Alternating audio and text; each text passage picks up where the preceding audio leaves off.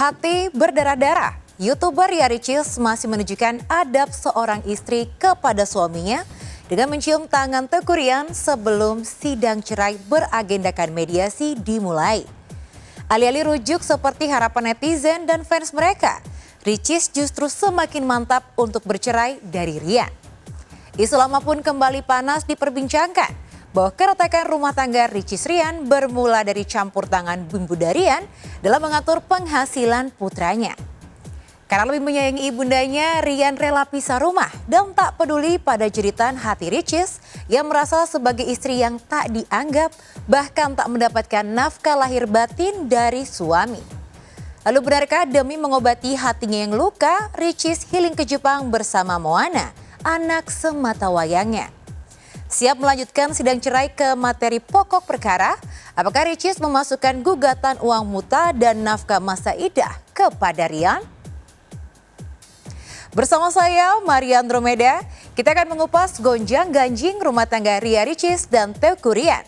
Pemirsa, inilah berita artis ternama, Barista.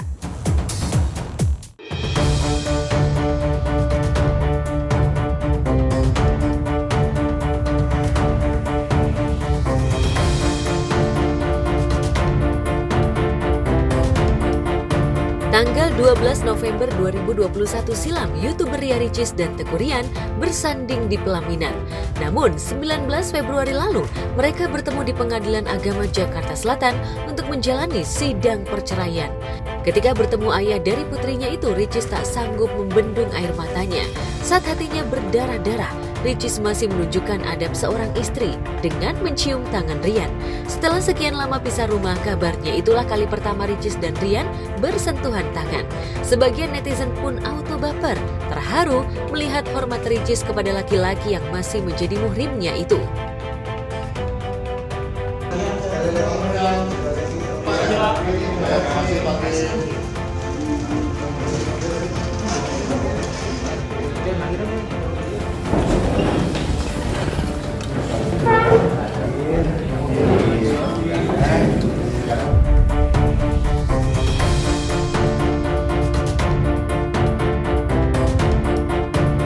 Masya Allah ya, saya kalau melihat di kondisi hati perasaan Ricis sekarang yang sedang tidak baik-baik saja, dia masih sangat menghormati suaminya ya, masih mencium tangan. Masya Allah, itu adalah adab etika yang sangat-sangat baik dan patut dicontoh untuk istri-istri di luar sana. Banyak kan istri-istri di luar sana yang berkonflik tapi hubungannya tidak baik, tidak mau pegangan tangan, tidak mau cium tangan, apalagi bahkan saling memandang pun enggan.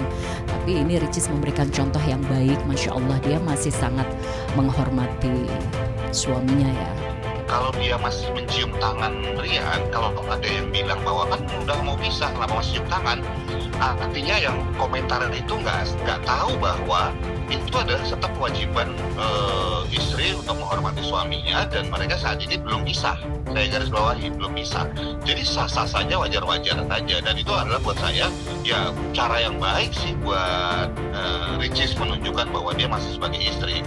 Gitu ya. Mungkin Ricis bukan perempuan sempurna, ya, bukan perempuan sempurna, laki-laki sempurna, tapi buat saya itu etika yang ditunjukkan oleh Ricis. Ekspresi Ricis sendiri buat saya sih adalah ekspresi wajah normal ya, nervous gitu maksud saya. Dia beberapa kali senyum tapi itu hilangnya cepat. Itu penanda bahwa itu bukan senyuman biasa, bukan senyuman beneran senyum, bukan senyum seneng, itu bukan. Dia senyum sopan.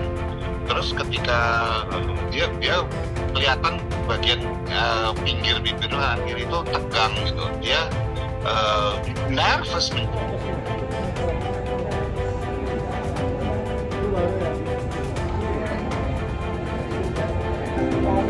Nomor antrian di 9 dengan nomor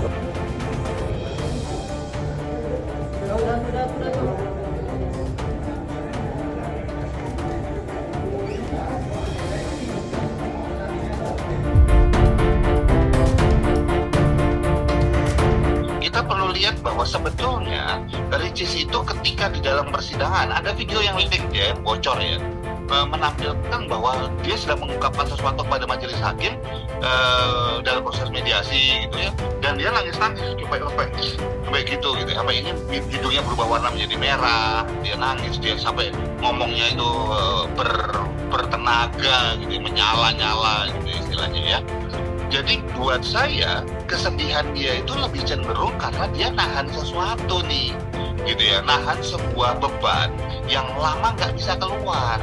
Dan beberapa kali Ricis ketika cerita dia menengok ke arah Rian, lurus lagi, Riannya kemudian menunduk gitu. Itu artinya dia sedang menceritakan sesuatu yang buat dia kesalahan Rian yang dia rasakan mengganggu dia, yang bisa jadi selama ini nggak bisa diungkapkan.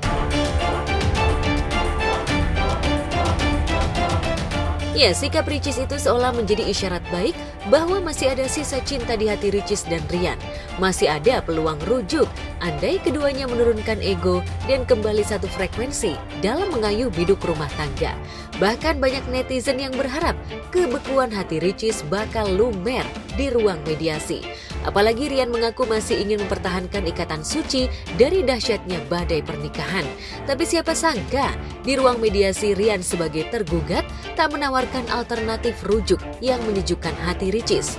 Kabarnya Rian tidak mau menerima syarat rujuk dari Ricis. Bang, sorry bang. Ya ke mediasi dulu. Ayo Rian, pertahankan rumah tangganya Rian. Gimana Rian tadi sempat melihat Ricis menangis Rian? Maaf ya. Asik sedih gak sih Rian? Ya.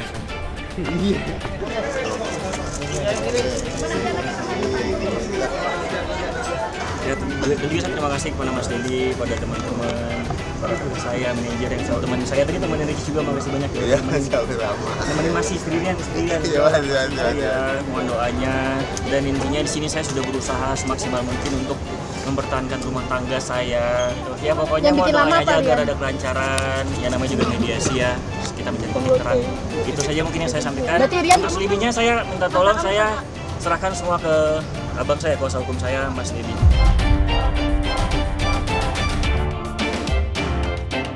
Jadi kalau kita perhatikan bahwa kalau Rian di diwawancara sebelumnya ya, dari yang ketika sekarang dan dulu gitu wawancara, perhatiin bahwa tampilan pertama Rian adalah tersenyum. Jadi tersenyum itu adalah persona dia atau citra yang mau ditampilkan ke publik, termasuk ketika istrinya cium tangan, citra yang dia tampilkan senyum. Ya, nah, karena kenapa? Buat banyak orang Indonesia, senyum itu artinya sopan, artinya baik, artinya bersahabat. Gitu.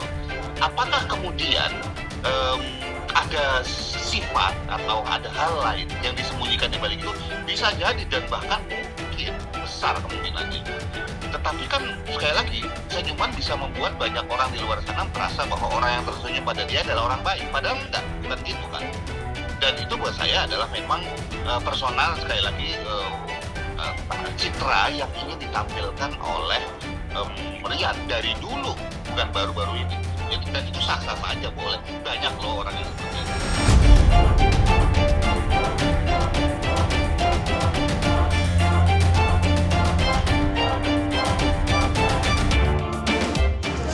Hari ini sudah kita lalui proses persidangan di depan majelis hakim, kemudian dilanjutkan dengan mediasi.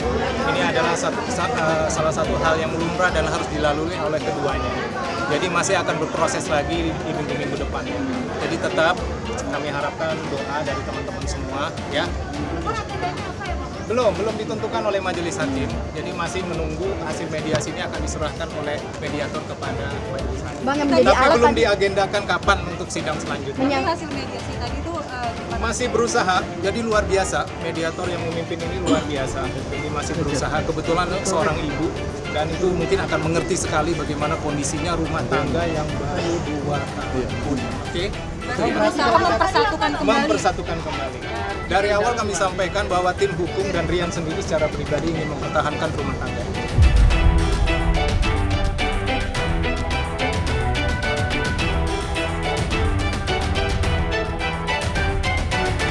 Setelah Rian selesai bicara, kuasa hukumnya bilang kurang lebih kata-katanya nggak sama persis, tapi kurang lebih kata-kata adalah bahwa pihaknya Rian sudah membuka kesempatan itu untuk mau rujuk.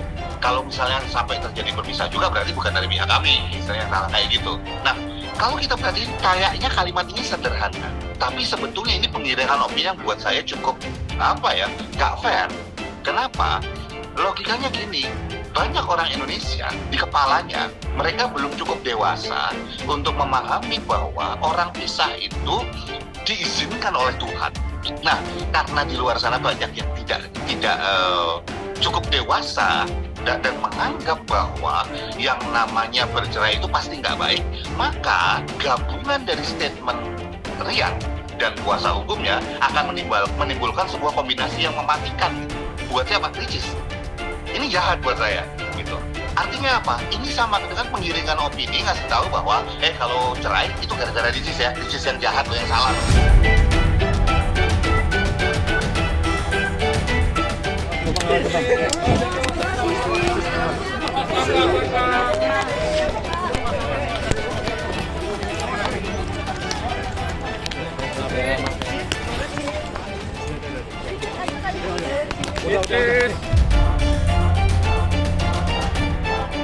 Saya yakin bahwa Rick sudah cerita ke teman-temannya dia, ke mungkin saudara-saudara atau orang tuanya gitu. Saya yakin dia sudah cerita sebetulnya.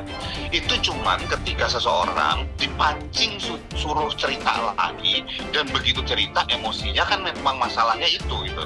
Ya ketarik lagi emosinya. Cuma sesimpel itu sih.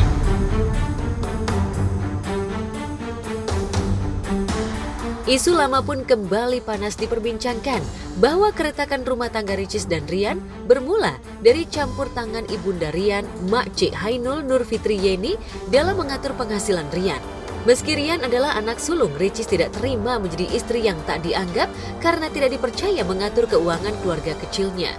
Ketidaksepahaman dalam masalah keuangan itulah seolah menjadi bom waktu yang disimpan Ricis sepanjang usia pernikahan.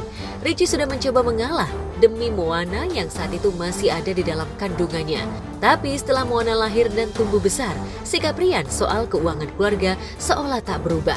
Demi konten, Ricis masih menampilkan kemesraan palsu sambil berharap Rian sadar atas kekeliruannya. Namun doa-doa Ricis dijawab Tuhan dengan cara tak terduga. Ketika Rian memilih pisah rumah dan tak lagi memberikan nafkah batin kepadanya, Ricis seolah tersadar kalau dirinya telah kehilangan imam keluarga. Yang lebih memiriskan, bom waktu itu meledak justru setelah mereka umroh bareng akhir Januari lalu. Ricis terpaksa menempuh jalan halal yang dibenci Tuhan, yaitu perceraian.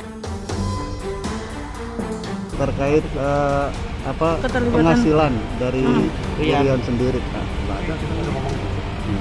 Kalau keikutcampuran dari pihak keluarga? Berarti tadi di dalam nggak ada titik temunya bang, apa gimana bang? Pas mediasi tidak ketemu dengan Ricis, maksudnya berbicara hasil mediasi. Sidang tadi atau perbincangan apa yang diibaratkan Ricis ke? Ya, maksudnya dia lah, kasarnya kayak curhat lah ya. Artinya tetap Ya dia menceritakan aja. Kalau saya berkali-kali tuh dakwah bareng Ustazah Oki ya, kita punya program bareng namanya program Catatan Ummah di YouTube-nya Ustazah Oki Setiana Dewi. Ini sudah sering dibahas ya, suami, istri, mertua itu memang sensitif, rentan. Tapi itu silahkan ditanyakan ke beliau yang ahli dalam hukum-hukum Islam ya. Kalau saya sih berharap ya perlakukanlah seorang istri itu sewajarnya, berikan dia hak-haknya.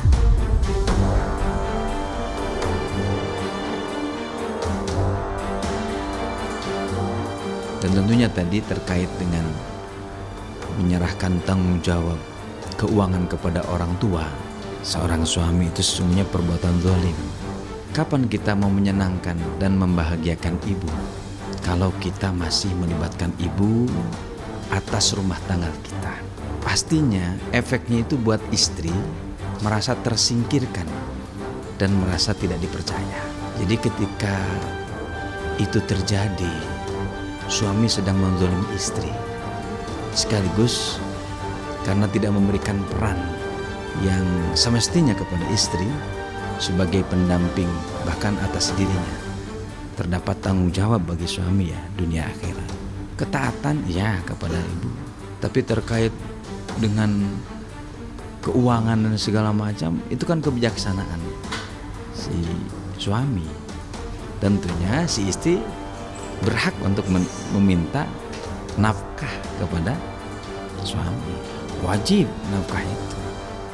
Tetapi tidak boleh kemudian istri ya meminta sesuatu yang tidak sanggup ya kepada si suami.